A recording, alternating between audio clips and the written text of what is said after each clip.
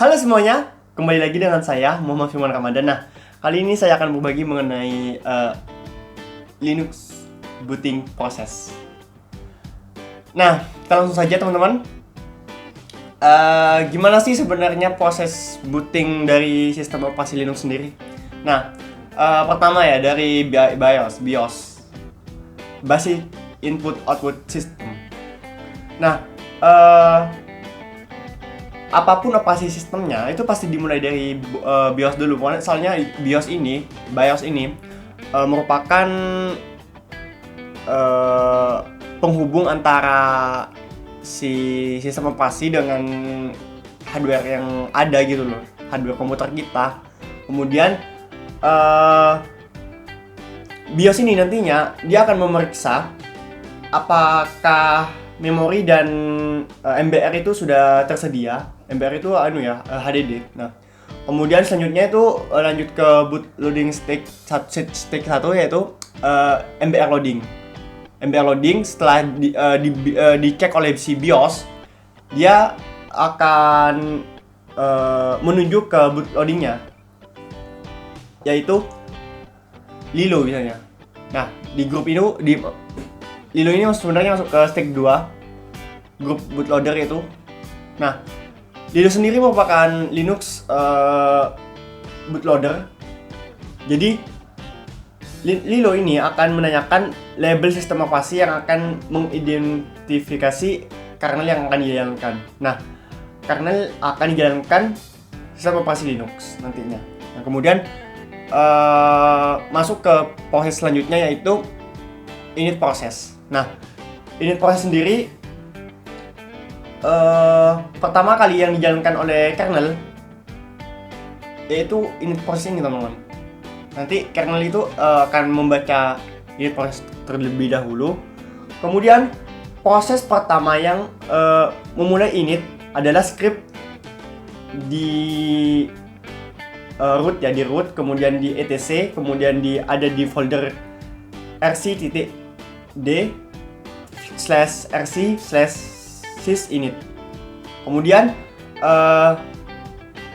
akan dijalankan run level yang ditentukan. Script dieksekusi untuk memulai proses tertentu untuk menjalankan sistem dan membuat sistem lebih fungsional. Artinya nanti di load kembali semua fungsi-fungsi yang ada gitu loh. Kemudian masuk proses berikutnya. Sebenarnya gimana sih prosedurnya booting dari itu ya? Dari Linux. Pertama itu dari init. Kemudian di init ini ada run level sama RC. Proses init sebenarnya itu merupakan langkah terakhir dari prosedur booting. Jadi kan tadi dari pembacaan BIOS, MBR dan sebagainya itu. Nah, akhirnya ujung dari booting itu akan berakhir pada di init ini untuk booting. Nah,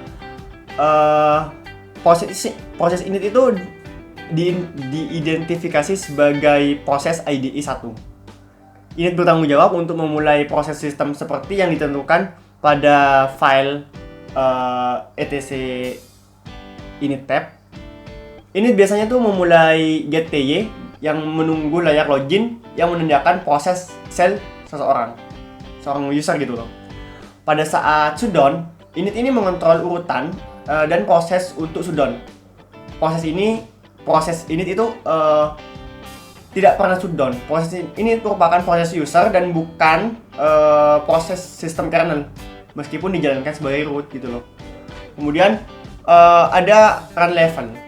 Sebelumnya Linux ini memiliki memiliki 6 state operasi di mana operasi pertama itu 0 di run level itu.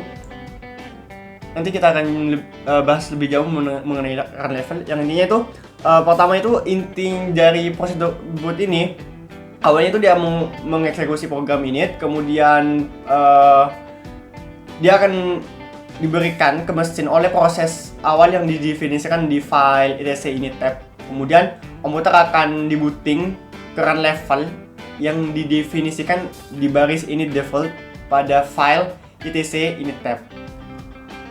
Kemudian teman-teman, di run level sendiri itu ada ini ya, ada statusnya gitu, ada identifikasinya, ada nomor-nomornya intinya. Nah, contohnya itu ada run level 5. Nah, run level 5 ini akan melakukan booting sistem dengan mode GUI yang menggunakan XDM dan X-Windows. Proses booting ke run level ini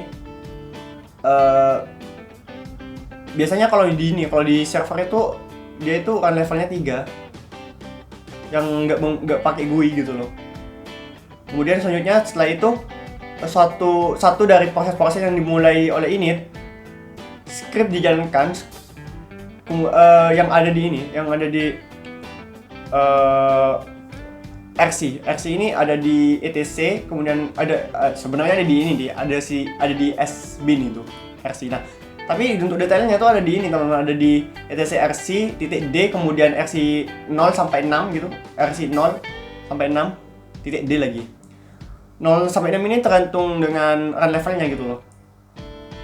Nah, untuk script pada di direktori etc rc.d rc 0 sampai 6 d itu tersebut, dia akan dieksekusi pada setiap boot state dari sampai operasi lengkapnya gitu loh. Script dimulai dengan S yang merupakan script startup. Jadi untuk S itu startup untuk booting gitu loh. Dan K itu scriptnya akan dijalankan ketika shutdown. Nah, kemudian teman-teman, untuk run level sendiri kita bahas lebih lanjut ya. Nah, ini ada 7 status untuk run levelnya itu dari 0 sampai 6, dimana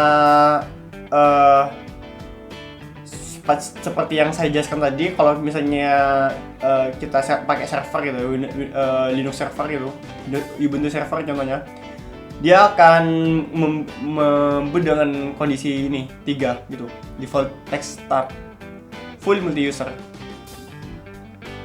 Nah, dia ini sebenarnya konsol teman-teman, konsol. Kalau misalnya kita pakai Ubuntu yang biasa itu yang ada user interface-nya, itu akan diboot dengan kondisi 5 gitu. Ada X11-nya gitu. Akan ada graf GUI-nya. Kemudian 0 itu untuk shutdown.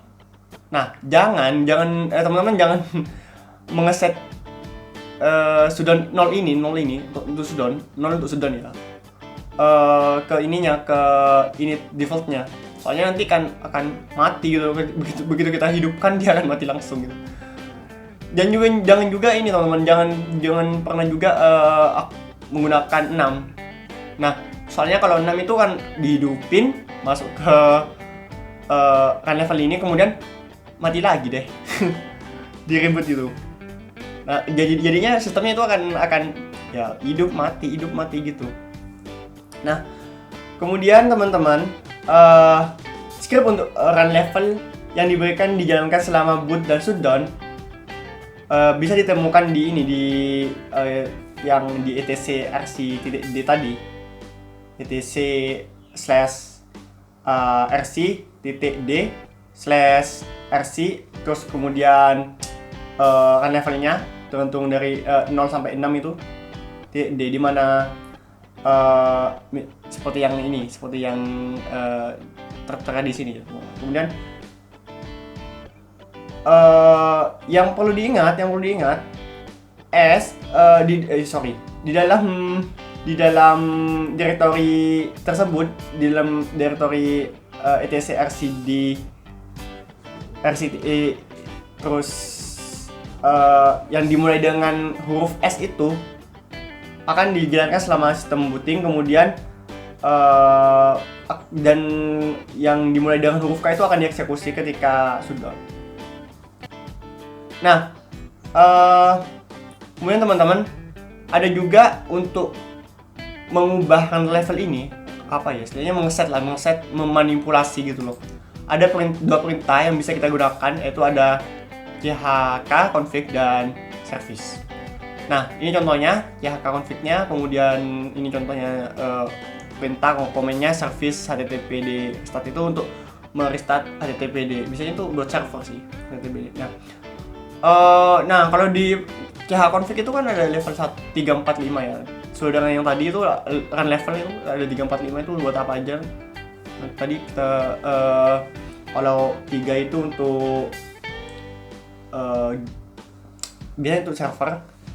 Kalau 4 itu biasanya agak unused kalau tadi, dan 5 itu untuk ini untuk GUI-nya gitu. Jadi akan dijalankan ketika 345 ini, 345. Nah, sebenarnya ya config ini untuk apa sih? Untuk dia ini menyediakan perintah sederhana untuk memanipulasi banyak tautan simbolik secara langsung dari ini teman-teman, dari folder etc rc dari 0 sampai 6 yang tadi itu. Nah, kemudian perintah chk config adalah untuk membangkitkan atau memutuskan istilahnya dia akan mengontrol inisiasi proses boot dan proses shutdown dari folder dari directory tcrc yang tadi itu, yang init d itu yang tadi. Nah, kemudian perintah service. Sebenarnya perintah service itu apa? Perintah service itu adalah pelayanan proses. Jadi dia itu menjalankan script sistem init dan berjalan sebagai proses yang dapat diprediksi. Artinya kita dapat mengubah init dari suatu proses itu init dari proses dengan service HTTP dengan service ini. Contohnya itu ya gitu udah service terus namanya prosesnya, kemudian apa yang mau kita lakukan. Contohnya di sini tuh kan ada restart. Nah, kalau untuk stop ya stop, kalau untuk start ya start gitu. Oke teman-teman, mungkin itu saja yang bisa saya bagi dalam momen sekalian. Semoga bermanfaat dan sampai jumpa.